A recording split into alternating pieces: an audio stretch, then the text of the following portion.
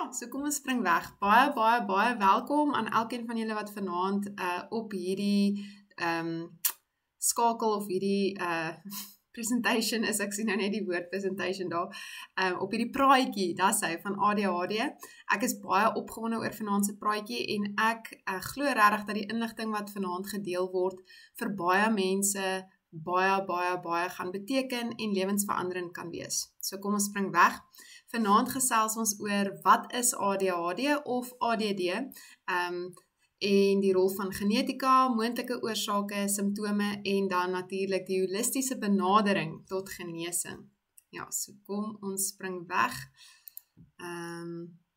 Ja, asseblief laat weet my as julle nie hierdie presentation nou kan sien nie. Ek glo almal sal hom kan sien. Ek het al 'n paar keer 'n flater of 2 gemaak waar niemand die skerm kon sien nie. So skreeu asseblief as julle nie hierdie kan sien nie. Ek glo wel julle sal dit kan sien. Okay.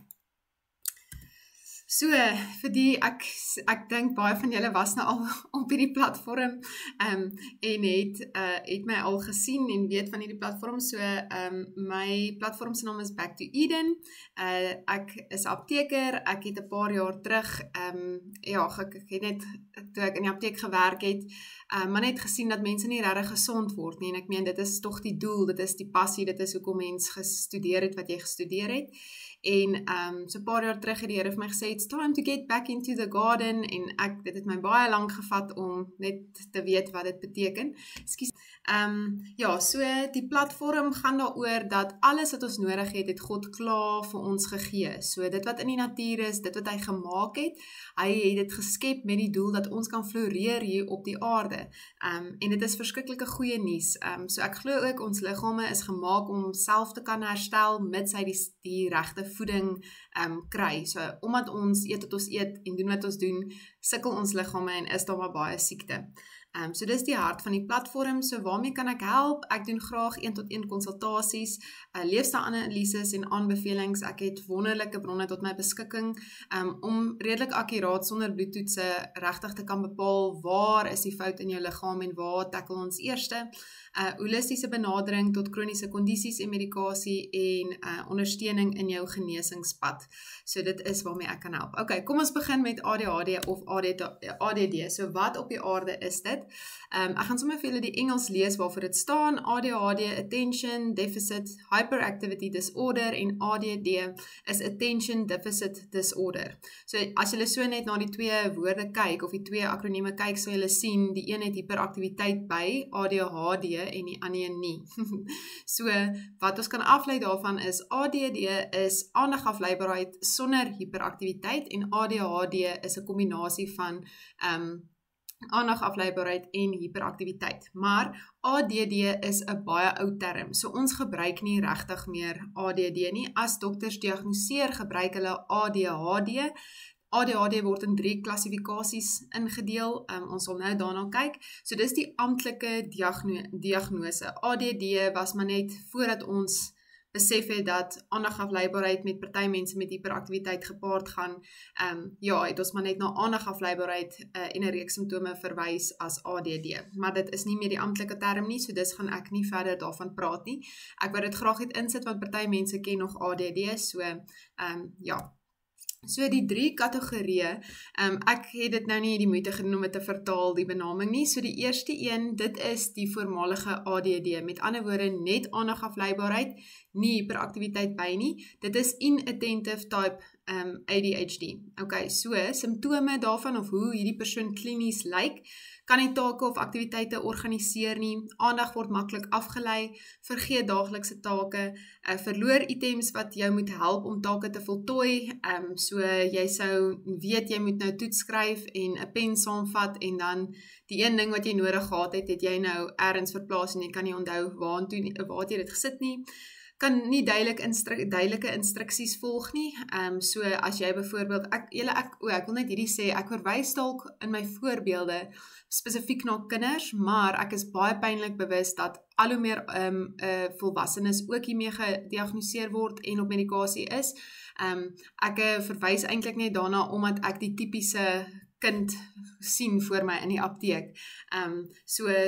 Verskoon asseblief, ek gaan probeer om albei kante te dek. So byvoorbeeld as jy sê, Pietie, gaan haal asseblief vir mamma die koeldrank wat op die kombuistafel is. Baie eenvoudig, daar's net koeldrank op die kombuistafel, dan sal hy terugkom en of hy sal halfpad vergeet het, of hy sal terugkom met iets anders, of hy sou onthou het van een of ander bal wat hy wil gaan skop en jy kry nooit jou koeldrank nie. Dit lyk baie keer asof hierdie mense nie luister nie. Hulle kyk jou in die oë en dan sien jy daar gaan die oogies. Dit lyk asof hulle nie luister nie. Maak nalatige foute en dit is veral byvoorbeeld groot mense in die werksplek kan nalatige foute maak of kinders. Ek wil net hierso admit. Kinders kan veral ook nalatige foute maak. So veral in toetse sal jy sien, hoor, hierdie was 'n baie dom fout wat die kind gemaak het. Jy kon sien dis nie wat hulle bedoel het nie, maar die fout is gemaak. Vermy of stel gebeurtenisse uit wat oninteressant voel en kan nie op take of werk konsentreer nie. So dis die eerste tipe. Dan het ons die ander kant wat net hiperaktiwiteit is. So hyperactive impulsive type ADHD. So dit is weer konstant besig. Vroetel, hande en voete kan nie stil wees nie. Staan gedurig op in vergaderings, tydens sosiale interaksies. Dit is iemand wat jou half op jou senuwees maak, want hierdie persoon kan net nie stil sit en ontspan nie. Praat vreeslik baie, sukkel om beurt af te wag. Dit is 'n kind wat sommer uitskree, elke keer uitskree, vir wie jy amper voordat jy die sin klaar gemaak het, vir daai kind moet sê, wag, moet nog nie sê nie, gee die ander kans. Val gesprekke in die rede, pla ander terwyl hulle besig is, veral in die klaskamer sal dit wees, trek altyd die dogtertjie se hare, of pea shooter, ek weet nie of kinders nog pea shooter doen nie, ja, so daai tipe gedrag en skreeu antwoord uit voordat jy gevra word, tipies, ja, ek verwys nou maar na die kinder, maar ons almal kan dalk identifiseer met sulke groot mense of volwassenes wat ons ook dalk ken. En dan kom ons nou by ADHD combined type. So dit is dan hiperaktiwiteit en aandagafleibaarheid gekombineer. So die spesifieke kriteria vir dit is, jy het verskeie hiperaktiewe en aandagafleibaar simptome is teenwoordig. So jy het albei. Kombinasie simptome is teenwoordig by die werk en by die huis. So dis nie 'n geval van as hierdie kind by maatjies is, dan sy 'n ekstrovert, maar as hy by die huis is hy introvert nie. Nee, by die skool, soos die onderwysers bevestig eintlik net vir jou dat hierdie kind is by die skool soos wat jy weet hierdie kind is by die huis. Ja, dan sal duidelike bewyse dat simptome die kwaliteit van lewe beïnvloed. So dit is dalk 'n kind wat glad nie goed oor die weg kom met broers en susters nie, of boeties en sissies nie, en by die skool nie maatsie, so sosiaal is die kind baie alleen. Ja, die kind floreer net nie. Dit is, ek vat hom net sosiaal as 'n voorbeeld. En dan simptome pas nie by 'n ander kognitiewe siekte nie. So byvoorbeeld as jy sê net maar die kind is aandagafleibaar, dan kan jy nie, so sê net maar jy dink, okay, miskien is die kind bietjie depressief, stadige denke of so, dit pas nie in by depressie nie. Of byvoorbeeld, as dit 'n kind is wat sukkel om hulle emosies te reguleer en hulle het hierdie woede uitbarstings, dit pas nie lekker op iets soos en maar skizofrenie, waar mens ook sulke woede uitbarstings kry nie. So dit pas nie op een van daai goed nie. Dit is 'n duidelike onderskeidbare simptome, en dan simptome gebeur nie net tydens psigose episodes nie. Met ander woorde, dis nie dat die kind vroetel net as hulle woede uitbarsting het, of hyper is nie. Die kind is konstant wat hy hiperaktief is, of aandagafleibaar, of kombinasie van albei. So dit is die kategorieë waarin dit gediagnoseer word. So ek het nou baie van dit reeds gedek, maar vir kinders is dit kan nie instruksies volg nie, vergeetagtig, ongeduldig, eensaam, word uitgestoot deur maats, woede uitbarstings, kan nie emosies reguleer nie. Dis tipies daai, en ja, my hartpyn vir mamas wat hiermee sukkel, maar byvoorbeeld, dis baie moeilik om so kind dalk te dissiplineer, want as hulle die woordjie nee hoor, dan weet jy, hier kom nou 'n massiewe uitbarsting, en partykeer is mens net nie lus daarvoor nie. Meeste van die keer is mens nie lus vir so uitbarsting nie, so mens gee baie keer net vir die kind wat ook al hulle wil hê, of dit nou sweets, koeldrank, hulle sin is, wat ook al, jy wil dit net vermy ten alle koste.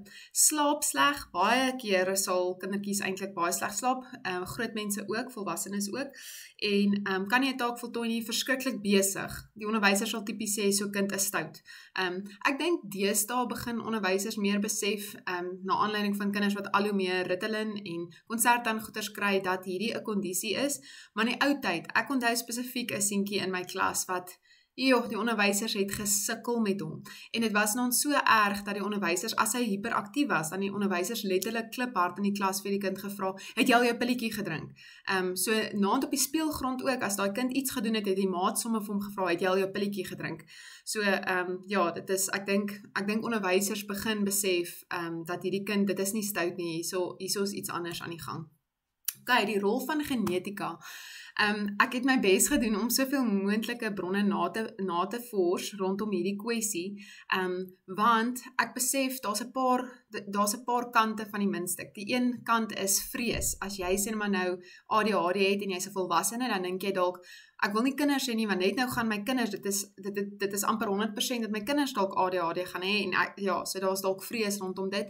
Of daar's 'n blamering, as jy, sê maar jy's nou 'n tiener, en jou pa het byvoorbeeld ook ADHD, en jy dit ook, dan is dit half soos, o ja, jy het dit vir my gegee, of ek kan dit nou nie help nie, ek kan nie simptome help nie, want ek kry dit nou, ek het dit net gekry, ek kan niks daaromtrent doen nie. So, en daar's klomp stigmas en goeters rondom dit, of daar's weer ouers wat net, as Jannie, ek sê nou Jannie en Pietie en doen daai name, maar as daar net bietjie vreemde simptome is, sê nou maar die ouers het ADHD, die pa of die ma het dit, en Boetie is net bietjie hyperaktief, dan dadelik, nee, jy het ADHD. So, ons sit klaar sticker op jou, want ons het dit, en daar's 'n groot genetiese komponent. So, daar's baie stigma en idees rondom dit, so ek probeer dit nou vanaand vir julle uitpak.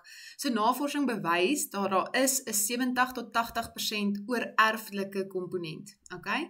So, 70 tot 80% is oorerflik. So wat interessant is, hulle kry nie 'n spesifieke geen nie. Hulle kan nie sê, okay, in geen D14 of wat ook al, of DX of wat ook al, is daar 'n defek, en mense met ADHD, jy kan maar gaan kyk, die kind het dit ook. Dit is daai geen wat daar, hulle kan glad nie 'n geen kry wat wys op 'n genetiese oorsprong defek nie. So dit is baie interessant, en eintlik vir ons goeie nuus, ek sal nou sê hoekom. Ek wil sommer net hierdie studie, ek het hom hier aangeheg, 'n akademiese studie, 'n gevolgtrekking wat hulle gemaak het. Currently, it can be stated that beyond already defined genetic syndromes, ek sal nou daaroor praat, there is no proven rare variant that determines or predicts ADHD. So dit beteken, daar is nie 'n geen wat sê, omdat jy hierdie geen het, gaan jy ADHD hê nie, en as die ma dit het, gaan die kinders dit hê nie. So dit beteken, dis nie te sê, omdat jy dit het, sal jou kinders dit hê nie. Het en hê, ekskuus, maak my nou 'n bietjie die mekaar. So, hierso is 'n paar genetiese sindrome, waar jy kan duidelik in die gene sien, okay, die persoon met hierdie geen het hierdie sindroom, en baie keer is 'n gevolg van hierdie sindroom is ADHD.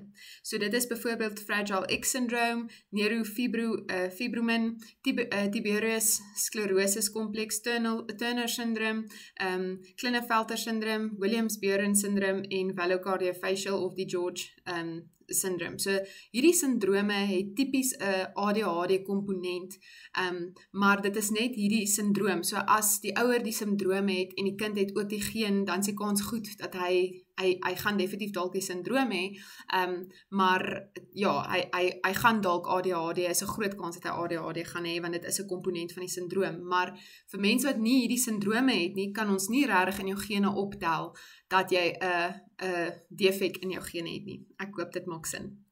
So, ek wil hierdie graag noem, hierdie is iets wat ons baie vir mekaar moet sê, dit is 'n baie oulike idioom wat dit baie mooi uitbeeld. Genetics loads the gun. Lifestyle pulls the trigger.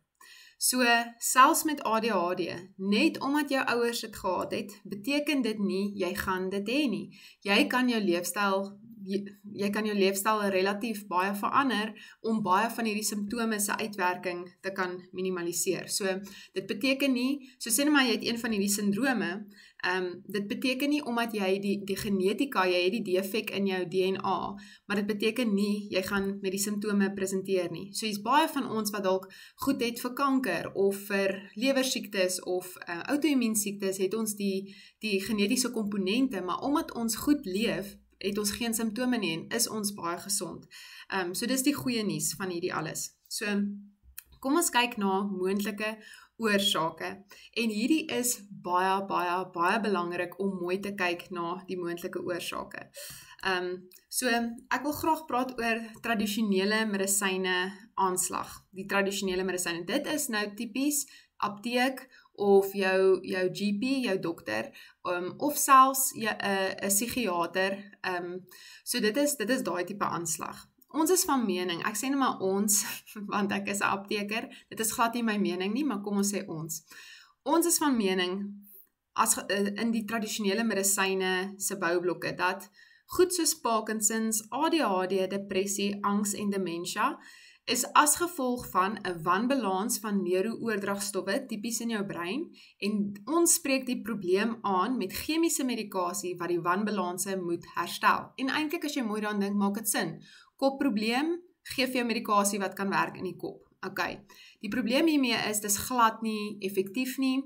Niemand word gesond nie, ons beheer simptome. Ons kom nie by die wortel van die siekte uit nie, so baie mense word nie gesond nie en kan nie vrykom van hulle siektes nie, want ons sjoes dit net met 'n medisyne. Dit is wat ons doen, en ons het nie antwoorde nie. Okay. Daar's 'n ander komponent, funksionele medisyne. Dit is 'n relatiewe nuwe begrip, veral in Suid-Afrika. Daar's baie min dokters wat hierdie kwalifikasie het. So dit is as jy klaar jy's 'n mediese dokter, kan jy hierdie verder gaan studeer. In Amerika is dit relatief nou al 'n groot een. So hulle sal praat van functional medicine of integrated medicine. So ongelukkig, baie keer mense wat by hierdie dokters opeindig, is mense wat al alles probeer het en nie gesond word nie. Dan kry hierdie dokters die moeilike gevalle wat net almal sit met hulle hande in lare. So hierdie tipe aanslag is Parkinsons, ADHD, depressie, angs, dementia, dui op inflammasie in die brein as gevolg van inflammasie in die liggaam. So ons is van mening dat jy spreek, daar's iets fout in die liggaam. Ek gaan nou vir julle wys hoekom sê ek so. En as jy daai oorsaak kan aanspreek, sal die brein gesond kan word. Okay, hoekom sê ons so? So, okay, net weer eens, dit dui op 'n verstoring in die biologiese stelsel. So iets in die stelsel is nie lekker nie en daarom funksioneer die brein soos wat dit doen. So dit is ook dit is 'n gebreekte brein is 'n gebreekte of lei tot 'n gebreekte liggaam. 'n Gebreekte liggaam lei tot 'n gebreekte brein. So dit is onafskeidbaar van mekaar. Daar kan nie fout wees met jou brein en nie met jou liggaam nie. Ek gaan dit weer sê, daar kan nie fout wees met jou brein en nie met jou liggaam nie. Biologies is jou brein en jou liggaam direk met mekaar verbind. Hulle het konstante uitwerking op mekaar. So dit maak nie sin om na iets soos ADHD die oorsaak te soek in die brein nie. Daar's iets fout in die liggaam. En ek sal dit vanaand vir julle baie mooi verduidelik. So alles wat jy doen, beïnvloed jou breingesondheid. Wat jy eet, jou dieet, jou denke, hoe jy slaap, omgewingstoksine en die stand van jou kolon, jou gut, jou dikdarm. As daar in enige een van hierdie sisteme 'n probleem is, gaan dit met tyd lei tot 'n defek in die brein, tot 'n siekte in die brein, want dit is 'n inflammasie in die liggaam. So, kom ons kyk na die eerste oorsaak waar ons kan begin soek vir die oorsprong van ADHD. So, ons het nou net gepraat. So, daar's 'n brein-kolon as. Hulle noem dit in Engels jou gut-brain axis. Dit is jou brein en jou darmes wat direk met mekaar verbind is, of jou brein en jou kolon, deur die vagus senuwee. So, as jy byvoorbeeld sleg eet, 'n slegte dieet het, of jy slaap baie sleg vir baie lank, jy stres, jy het die hele tyd trauma en stres in jou lewe, op 'n stadium gaan dit lei tot goed soos angs en dit gaan lei tot depressie en goed soos ADHD, dit kan dit baie vererger. Want dit beïnvloed jou kolon, jou gut. So, die hoof enetjie in die gut waarvan ons kan praat is gut dysbiosis. Dit is 'n wanbalans tussen goeie en slegte bakterieë in jou kolon. So, vir 'n normale mens wat gesond is jou kolon 80% goeie bakterieë en 20% slegte bakterieë. So jou kolon, net vir die van julle wat nie weet nie, jou kolon is baie ryk aan goeie bakterieë en hierdie bakterieë is jou immuniteit. Dit beveg siektes. Dis in jou maag, né? So as jy al ooit gewonder het waar sit jou immuniteit, dit sit in jou maag, glo dit of nie, of in jou darmes. So Wat dan gebeur, slegte dieet, geprosesseerde kosse en stres, en dis eintlik kroniese medikasie verbruik ook, lei dat op 'n stadium begin die slegte bakterieë oorheers in jou kolon. So daar ontstaan 'n dysbiosis, 'n wanbalans tussen goeie en slegte bakterieë. Die rasio kom uit proporsie uit. En dit het baie siektes tot gevolg. Hier's baie van ons wat met siektes sit en die probleem is eintlik in jou kolon. Maar wat ons doen is ons druk 'n allergiepilletjie of ons sit 'n roompie aan vir die ekseem. Maar eintlik is dit die probleem, is daar heers 'n wanbalans en hierdie slegte bakterieë oorheers en hulle gaan mal in jou liggaam. Hulle geniet hulle self, kan ek maar sê. So, daar selfs verskeie outo-immuun siektes wat kan ontstaan as gevolg van gut dysbiosis. So hierdie wanbalans maak dat daar ook op 'n stadium kan daar gaatjies kom in jou kolon, jou deurlaatbaarheid, jou kolon se membraan raak deurlaatbaar en dan gaan daar van die bakterieë of ensieme of selfs kos kan dan deurgaan deur daai kolon se wand in jou bloedstroom in. Jou liggaam sien hierdie vreemde partikel en hy raak mal, hy dink, o my jene, hierso is 'n indringer, kom ons beveg dit, en hy beveg op die ouene homself, hy loods die heeltyd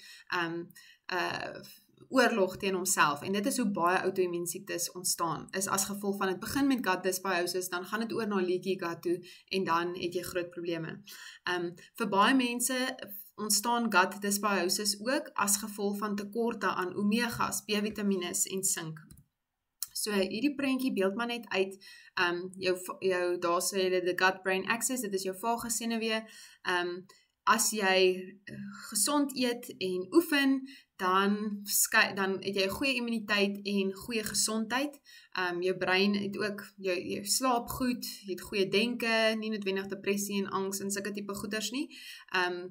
En dan is die ander kant weer waar slegte, as jy alkohol misbruik of rook of slegte kos eet, dit kan weer goeders soos Alzheimer's, Parkinson's, stress, neurodevelopmental disorders tot gevolg hê, né? Letterlik kos wat jou brein siek maak.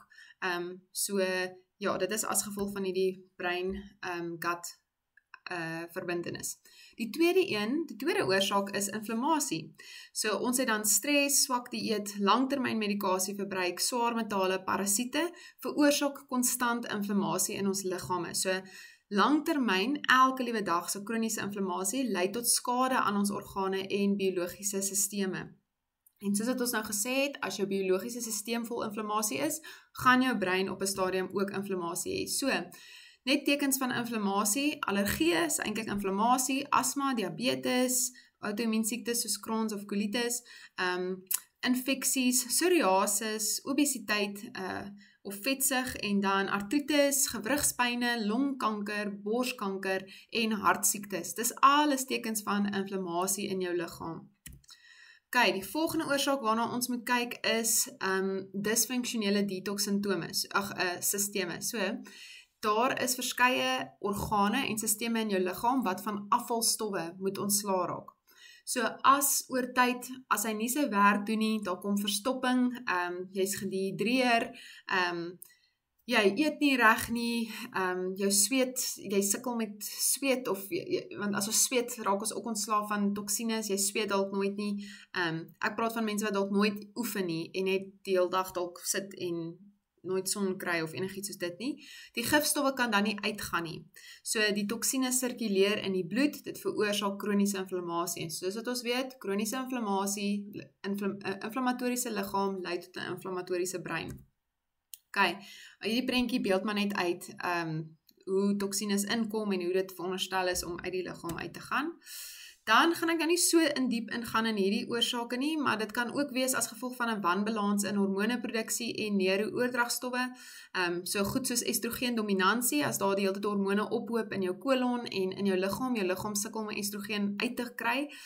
Jou kolon is verstop, met ander woorde, jou maag gaan nie elke liewe dag nie, en swaar metale, dit lei tot 'n opeenhoping van toksines, of van, nie toksine, dit ook, maar dit lei dat jou hormone en jou, jou oordragstowwe, neurooordragstowwe kan nie goed daar's nie 'n balans nie. So neuroordragstowwe is die stowwe in jou brein, soos stowwe wat 'n invloed het op jou brein, soos jou dopamien, serotonien, noradrenalien, daai tipe goed, GABA, daai goed. So ja, dis ook 'n rede. Dan disfunksionele energieproduksie in die selle se mitokondria. So daar's baie keer 'n wanbalans van of jou mitokondria in jou selle kry nie, hy is jou powerhouse, hy maak energie. Hy sukkel, daar's dalk giftige selle, jou selle is giftig, so die mitokondria werk nie soos wat hy moet nie. Daar's dalk membraandeurlaatbaarheid probleme by jou selle, so die mitokondria sukkel. So dis ietsie waarna ons moet kyk, en dan ook jou senuweestelsel. Ek gaan hierdie vir julle baie mooi nou uiteensit, want ek weet hierdie was nou klomp goeters wat ek gesê het. So simptome, ek het nou klaar reeds gepraat oor simptome, ek wil net 'n punt maak rondom simptome. So, as Pietie nou by die dokter kom, of kom sê Jan, 'n volwasse, Pietie en Jan, as ons by die dokter kom, hierdie is hoe ons presenteer, klinies, hier is klinies hoe ons lyk vir die dokter.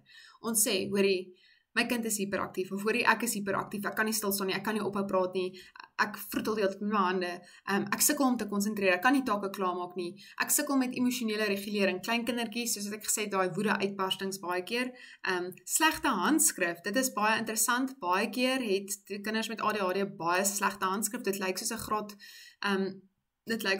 3 kind wat skribbel, en dan is die kind al eintlik matriek, vroetel konstant, kan nie take in logiese volgorde doen nie, en sukkel sosiaal. Ok, so, hierso is, ek wil nou vanaand 'n gevalle studie met julle deel, van Clayton. Dis 'n seentjie in Amerika. So, hy het na Dr. Mark Hyman toe gegaan, julle kan die storie selfs gaan oplees, dit is op die internet beskikbaar.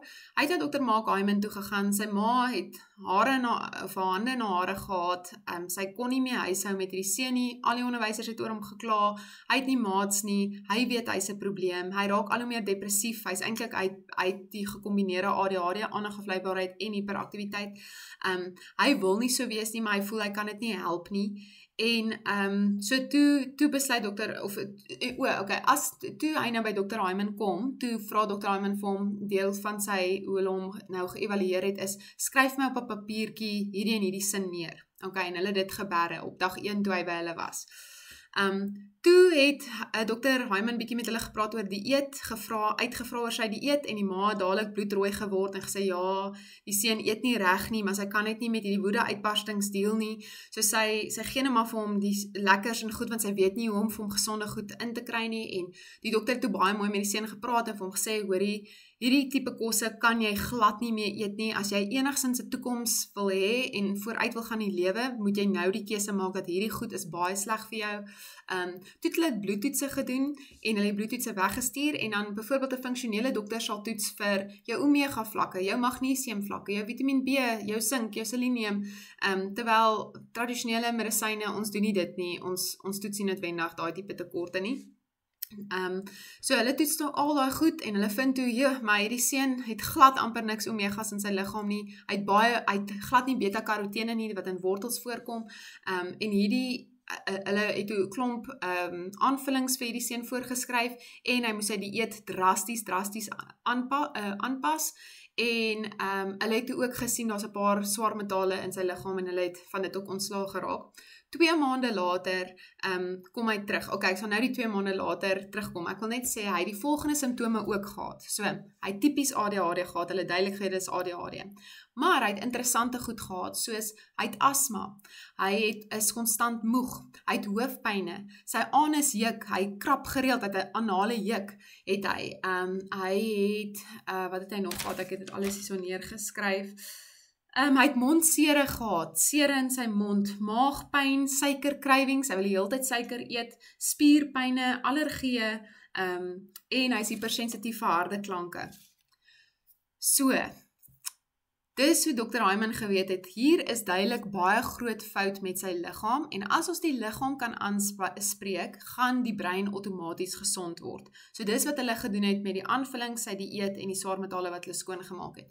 2 maande later, toe daai seun teruggekom het, Toe skryf hy weer op 'n stuk papier. Toe lyk dit soos 'n hoërskoolkind wat skryf, netjies leerbaar. Sy eerste skrif wat hy geskryf het soos 'n skrabbel van 'n 3-jarige kind gelyk. Hy sê vir Dr. Hyman, hy het vriende, hy kan met hulle gesprekke voer voorheen. Hy was almal geïrriteerd met hom want hy kon nie sy sinne behoorlik klaarmaak nie. En hy voel beter. Die ma toe sommer besluit hulle gaan al die medikasie los want hy moes toe soveel medikasie drink. Hy het goed vir depressie gedrink. Hy het 'n asmapompie gehad wat hy kronies moes gebruik het. Ek het Ritalin gebruik. Hy het omdat sy maag die hele tyd seer was, het hy 'n suuronderdrukker of 'n protonpomp in die beder gedrink. En die ma het besluit sy gaan nou al hierdie goed los want dit is nonsens. En ja, so letterlik net met die eet het hy gesond geraak. So, my punt wat ek wil maak is die volgende. Baie van ons wat nou ADHD het of ons kinders sit met ander simptome ook. Maar omdat ons nie weet dat die brein en die liggaam met mekaar verbind is nie, sê ons net vir die dokter, hoor hierso, hiperaktief, aandagafleibaar, kan jy my help? Maar ons vergeet dat Pietie nie deurslaap nie. Pietie slaap nou vir die afgelope 3 jaar amper glad nie deur nie. Hy word die hele tyd hy word deur die aand konstant wakker.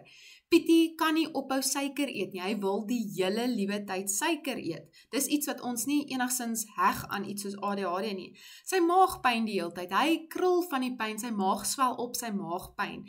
En hy het hoofpyne. Ons gaan kry pilletjies by die apteek vir hierdie goed, want ons weet nie dat dit heel moontlik dui op 'n biologiese stelsel wat nie reg werk nie, en as ons dit reg aanspreek, kan die brein weer reg begin funksioneer.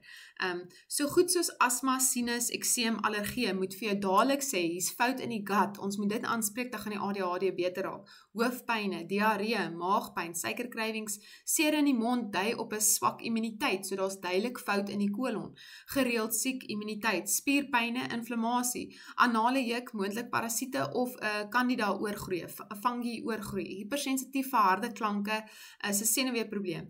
Veluitslaa is weer eens of parasiete of gut, hartlywig, dit is 'n kolonprobleem, en konstante drup in die keel, dit is 'n sensitiwiteit op gluten of suiwel. So ja, dit is vanaand se praatjie gaan daaroor. As jy ADHD het, gaan dink watter ander simptome het jy, want dit gaan moontlik vir jou 'n sleutel gee tot waar jy kan begin met jou genesingspad. Okay, so holistiese benadering. Hoekom is dit hoegenaamd nodig om 'n holistiese benadering te doen? Ek meen, ek is glad nie, die Engelse woord is nou oblivious. Wat is die Afrikaanse woord? Ek is nie blind daarvoor dat ek weet, veral baie groot mense en kinders, as hulle ietsie soos Ritalin gebruik of Concerta, verbeter dit jou lewenskwaliteit drasties. Party mense kan vir eers keer in hulle lewe funksioneer, of jy kan 'n werk voltooi, jou werk actually goed doen. 'n Kind se punte gaan ewe skielik op. So hoekom sou dit nodig wees om 'n holistiese benadering te volg? So bly julle het gevra. So, kom ons kyk bietjie na Ritalin en Concerta. Vanaand is nie om jou bang te maak nie, hoegenaamd nie, maar dit is om vir jou inligting te gee dat jy beter keuses kan maak, né? Hulle sê ons kennis is mag, so hier is jou mag. Ritalin en Concerta is metielfenidaat, so dit is uit die geneesmiddelklas amfetamine. Okay, so hoe werk dit? As ek nou, ja, ek gaan dit probeer so eenvoudig as moontlik hou, want dit is nie van baie belang nie, maar net dat jy weet, so hulle klassifikasie, behalwe dat hulle nou onder die amfetamien groep inval, is hulle dopamien en noradrenalien heropname inhibeerders. So die eenvoudigste manier hoe ek dit kan verduidelik is, kom ons vat 'n bad, né, wat ons in die aande of deur die dag, wanneer ook al jy wil, 'n bad. Jou dopamien en jou noradrenalien is die water wat jy intap. So wat Ritalin en Neucon is, of Concerta, dit is 'n slot wat ons op die badprop sit, dat ons hom nie kan uittrek nie, so die water kan nie weggaan nie. So, wat ek daardeur bedoel, ek het vanmiddag aan hierdie analogie gedink, hoe ek dit eenvoudig kan verduidelik. Met ander woorde, die konsentrasie van dopamien en noradrenalien kry nie kans, dit gaan nie weg nie. As jy hierdie geneesmiddel gebruik, dan bly die konsentrasie hoog, want die ding wat dit moet wegvat, die heropname proses, wat die konsentrasie van dit moet verminder, blok jy. So dan bly daar hoë konsentrasies dopamien en noradrenalien. So hoekom sal dit sleg wees? Dit klink goed, né? Dopamien, ons almal wil dopamien hê. Hoekom klink dit sleg? So, kom ek verduidelik die volgende vir julle. As ons byvoorbeeld die hele tyd op ons fone is, of videospeletjies speel, of kom ons vat die fone, dit is die maklikste, ons almal het fone, baie van julle kyk van fone af. Elke keer as jy na jou skerm kyk, dan skei jou liggaam of jou brein skei dopamien af. Dis hoekom ons fone ons verslaaf hou. Meeste van ons kan nie 24 uur lank jou selfoon afsit en nie een keer na hom kyk nie. Dit is omdat ons almal, ek incluis, is verslaaf aan ons fone. Ons kyk die heeltyd op daai ding, want dit gee vir ons brein dopamien. Probeer bietjie jou foon vir 24 uur afsit, en dan kyk jy hoeveel keer wil jy gou gaan kyk. Is dit nie dalk ietsie nie? Net nou het iemand my gesoek. Ek wil net gou kyk wat het hierdie op daai boodskap gesê, of dis hoe ek dink. Baie mense is nou nie so erg op boodskappe en so nie, maar dit is gewoonlik wat ek dink. Nee, net nou het iemand ietsie gestuur. Ons is eintlik verslaaf aan dit. So, dopamien is 'n hormoon wat ons laat verslaaf, wat ons aan verslaaf raak, aan daai gevoel. Dis hoekom mense vir ure lank TV kyk, dis hoekom mense deurnag video en rekenaarspeletjies speel, is omdat ons verslaaf is aan die dopamien wat ons liggaam afskei.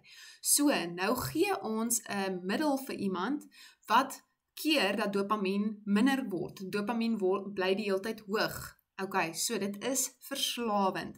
Ons wil nie goeders inneem wat verslawend is nie. Dis 'n stimulant. Dit lei tot verslawende gedrag. Kinders wat sukkel met foonverslawings of rekenaarspeletjies en TV, dis gewoonlik kindertjies wat ADHD of dis nie almal nie. Baie kinders wat ADHD het, jy kan nie 'n foon weg. Hulle sit die hele tyd met die tablet. Hulle sit die hele tyd en wil rekenaarspeletjies speel, die hele tyd op hulle fone. Want dit voer daai monster, daai verslawingsmonster binne in hulle, en hierdie kweek die gewoonte. So dis hoekom ons nie hierdie goed konstant wil inneem nie, want dit maak ons verslaaf. So dis die een rede. Die volgende een is die neeweffekte. So, ek wil tog hierdie net sê, op 'n punt van inligting. Hoekom sal die samelewing of die mediese rade en hoekom sal ons hierdie medikasie goedkeur as dit verslawend is? Want mense, die farmaseutiese maatskappye maak duisende biljoene rande van hierdie medikasie af. So hoe meer hulle vir dokters kan laat glo dat, hoor hierdie is die enigste oplossing, hierdie is die beste, die mense kry goeie resultate met dit, hoe meer gaan die dokters dit voorskryf, hoe meer gaan die mense dit gebruik, en as dit verslawend is, gaan die persoon nie sonder dit kan klaarkom nie, so hulle het vir ewig customers wat net aanhou koop. So dit is ietsie wat dit is die harde waarheid julle, ek sê jammer dat ek het nou vir julle breek, maar as enige iemand omgegee het oor jou gesondheid, dan sou hulle nie hierdie goed op die mark toegelaat het nie. Okay, so neeweffekte van hierdie tipe medikasie. Ek sê jammer, ek het dit nou nie vertaal nie, hierdie was vanoggend wat ons hierdie gedoen het, so, okay, dit kan jou psigose gevalle vererger, of dit kan dit begin. Psigose is woede-uitbarstings, of mense met skizofrenie het gereeld hierdie psigoses, waar jy net hierdie uitfreak sessie, dis die beste manier hoe ek dit kan verduidelik. Unusual thoughts or behavior, wat jy het, wat net vreemd is. Dit is veral erger as mense geskiedenis het tot depressie en verstandelike siekte, 'n mental illness of bipolêr. As jy bipolêr is, moet asseblief nie die goed drink nie, dit gaan jou simptome baie erger maak. Goed soos paranoia, aggressie, jy sien goed en hoor goed wat nie bestaan nie, né? Dit klink mos baie lekker. Kinders wat dit drink, se groei word geaffekteer. Baie kindertjies hou op eet, hulle is fisies net nie meer lus om te eet nie. Droommond, naarheid, braking, maagpyn, dit is omdat dit die gut beïnvloed, so raai wat, dit gaan die brein nog verder slegter beïnvloed, want dit beïnvloed die gut, en die gut en die brein is met mekaar verbind. Dit lei tot 'n slegte vertering, hoofpyne, dan het dit ook sirkulasieprobleme, met ander woorde, jou bloed sukkel om by jou voete en by jou hand, jou vingerpunte uit te kom, so daar kan hierdie needles and pins of numbness, wat jy nie gevoel het in jou voete en in jou vingers nie, blou voete en vingers, koud, jy kry vinnig koud, want die bloed kom nie daar uit nie, en dan die grootste een julle is hartprobleme. Baie mense kan skielik doodgaan van hierdie medikasie, want jy is dalk onbewus dat jy 'n hartprobleem het. So jou dokter behoort jou te vra, het jy enige kardiologiese geskiedenis, enige hartprobleme, want die kanse vir 'n hartversaking of iets soos 'n beroerte of 'n skielike dood is groot. Jy kry hartkloppings van hierdie medikasie. So hierdie is nie jou speelmaatjie nie, hierdie is nie ietsie wat jy net pop as jy jou toets wil deurkom nie. Bygesê, ek weet vir baie mense is dit 'n lewensredder, maar daar is 'n uitweg en dit is hoekom ons moet kyk na 'n holistiese benadering, want jy wil nie hierdie tipe goed die hele tyd in jou liggaam hê nie. Okay, so die eerste een wat ons moet besef as ons kyk na 'n holistiese benadering is, ons moet die liggaam behandel sodat die brein kan begin om beter te funksioneer. So kom weg van die idee af dat ADHD is in jou kop en jy moet dit met klomp kopmedikasie, kan ek dit maar so sê, behandel. Dit is nie die waarheid nie, julle, daar's fout in die liggaam. As jy die liggaam behandel, gaan die simptome baie beter word. Okay, let op alle simptome. Dit is jou sleutel om die oorsaak aan te spreek. Het jy maagpyn, pyn jou kop, sukkel jy met vertering, het jy anale juk, het jy goed soos allergieë, asma, ekseem, sulke tipe goed is 'n sleutel tot die aanspreek van die oorsaak van jou siekte. Dan hier is 'n belangrike een. ADHD is die diagnose, dit is nie die oorsaak nie, dis die naam van die kondisie, maar dit beteken eintlik niks. So, byvoorbeeld, ek dink baie keer voel ons beter, nê? Jy voel sin maar jy het klomp simptome en as iemand net vir jou 'n term daarvoor kan gee, dan voel jy, okay, dankie, ek het ADHD, dis wat fout is met my. Nee, dis nie wat fout is met jou nie, dis die naam van die kondisie. Wat fout is met jou is, jy het gut dysbiosis en dis hoekom jou ADHD verskriklik erg is. So as jy dit aanspreek, kan baie van jou simptome weggaan. Dan jou dieet, immuniteit, jou kolon en jou omgewingstoksines. Dit is die 4 areas waar jy begin soek. So, jou dieet, immuniteit, kolon en omgewingstoksines. Ons gaan bietjie nou daarna kyk. Kom ons begin by die eet. Lekker. Ek is so lief daarvoor om oor die eet te praat.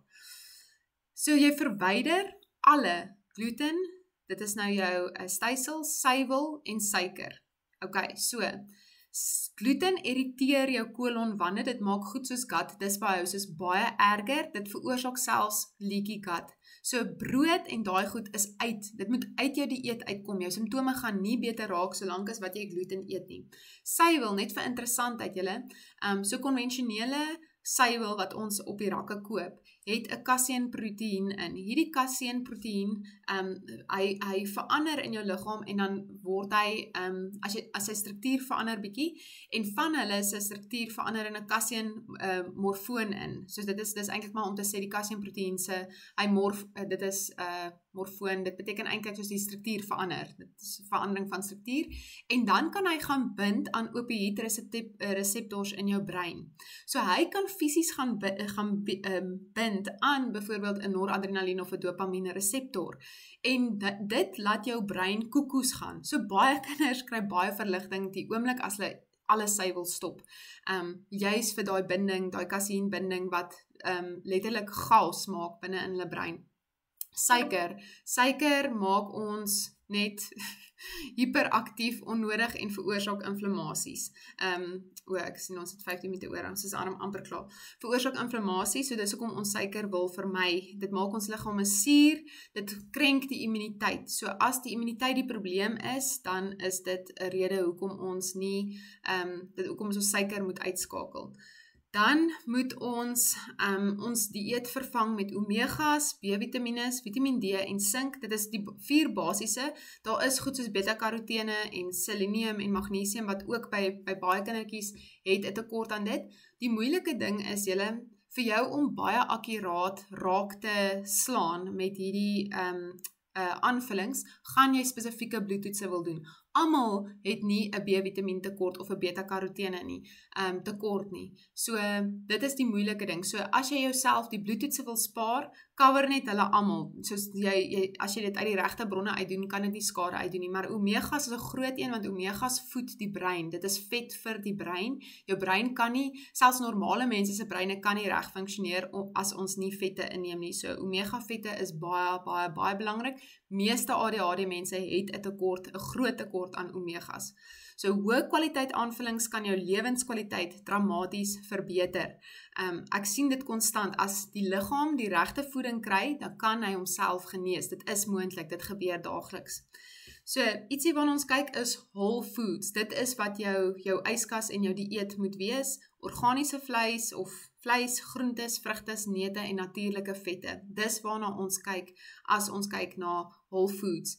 So geprosesseerde kosse uit die kas uit. Julle, en ek weet dis moeilik, hier is 'n baie groot aanpassing vir meeste mense om so te begin leef. Ons leef nie meer so nie. Ons samelewing is nie meer so nie, maar dit is hoekom die samelewing so siek is, soos wat dit vandag is oor die goed wat ons eet. So geprosesseerde kosse, julle, blikkies kosse, goed in pakkies, goeders wat nie uit die aarde uitkom nie, en dit moet ons nie in ons liggame sit nie. Dit maak ons fisies siek. So, hierdie beeld, dit nou maar net uit. Chips, koekies, koek, melk, suiker, yoghurt, gaskoeldrank, selfs versoeters, gaskoeldrank met versoeters in, dit is vir party mense gif.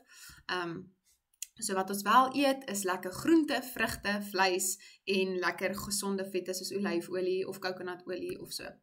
Okay, so aanvullings, omegas, polyphenols, B-vitamines, beta-karotene, Vitamin D en sink. Dit is baie belangrik as dit kinders is, hulle moet ten minste 2 tot 3 ure 'n dag in die son probeer wees om genoegsame Vitamin D in te neem. Ag, ek is nou so spyt. Ek het nou gesien baie van my aanvullingsprentjies het nou nie afgelaai nie, maar dit is okay. Julle kan my na die tyd kontak as jy wil weet, maar Barley Life het byvoorbeeld polyphenols in, is anti-inflammatories. Jy het verskriklik baie polyphenols, die normale mense dit nodig, soveel te meer iemand met iets soos ADHD. Polyphenols kom voor in groentes en vrugtes, meestal groentes, leafy greens. En wat hy doen is, hy help jou liggaam om iets te maak met die naam Akkermansia, jou gut, en hierdie Akkermansia is soos 'n wonderkuur. Mens kry selfs Akkermansia oor see, kry jy dit in supplement vorm. So as in Suid-Afrika is dit redelik duur en jy kry dit nie noodwendig op die rakke nie. So jy moet dit by gespesialiseerde plekke bestel. So die ander opsie is neem polyphenols in. Polyphenols maak Akkermansia in jou liggaam. Beta-karotene is wortelsap, baie belangrik vir die brein om reg te funksioneer en vir inflammasie, nee, dit is teen inflammasie.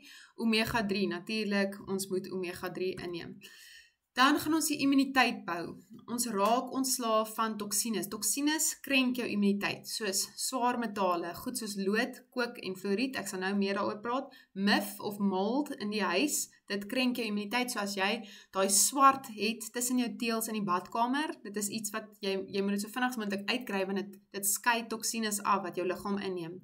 Kroniese medikasie verbruik krenk jou immuniteit.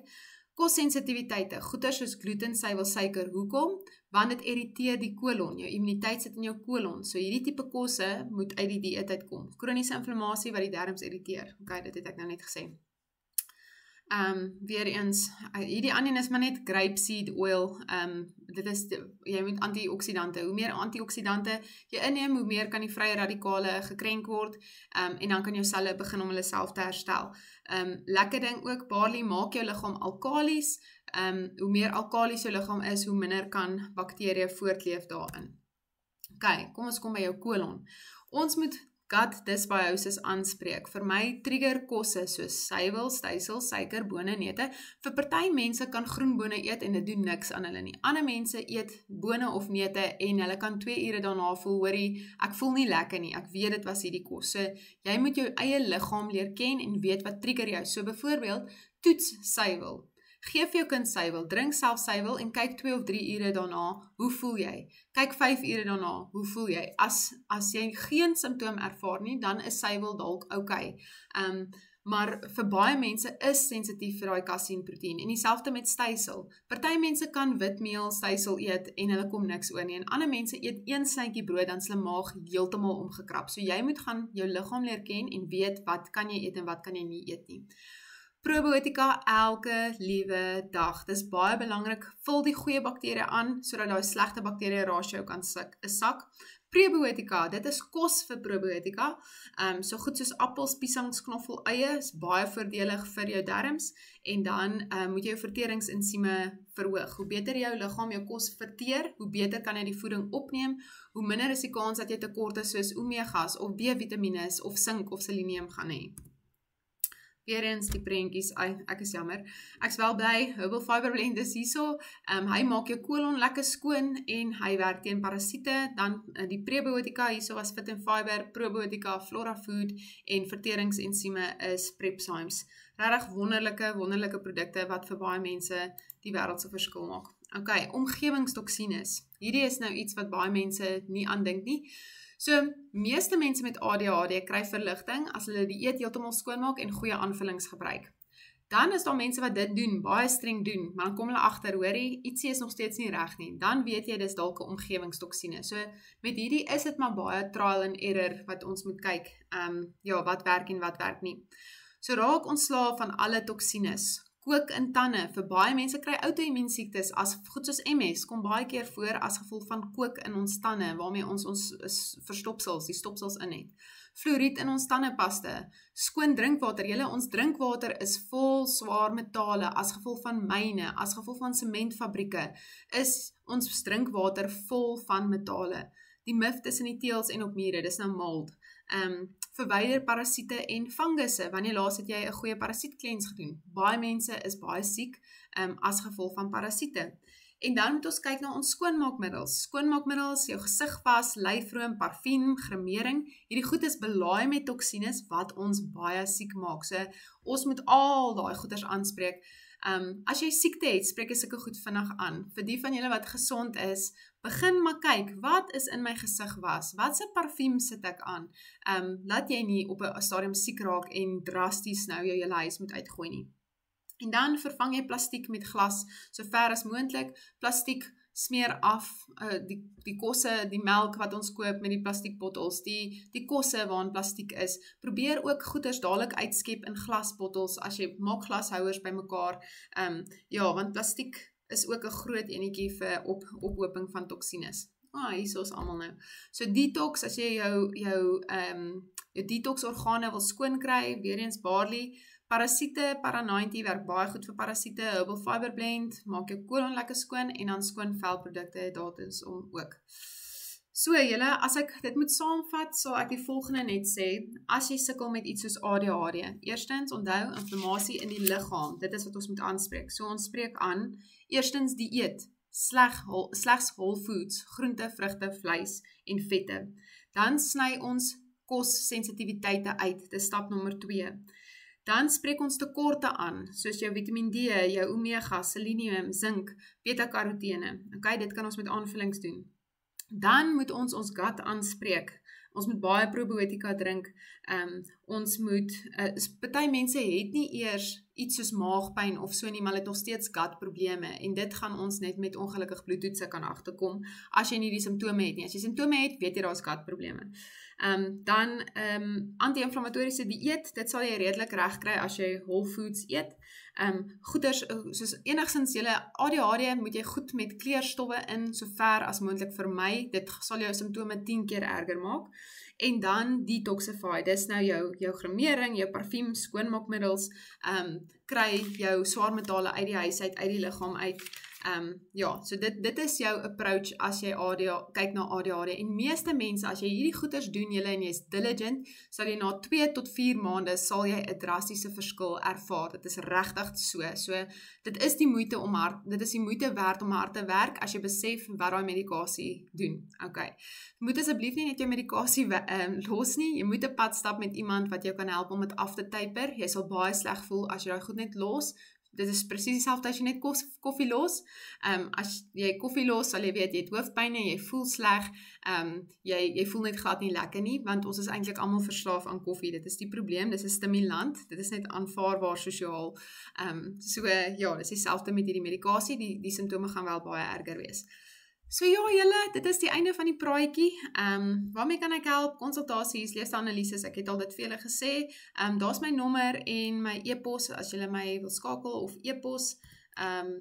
Verder is dit die einde van die praatjie.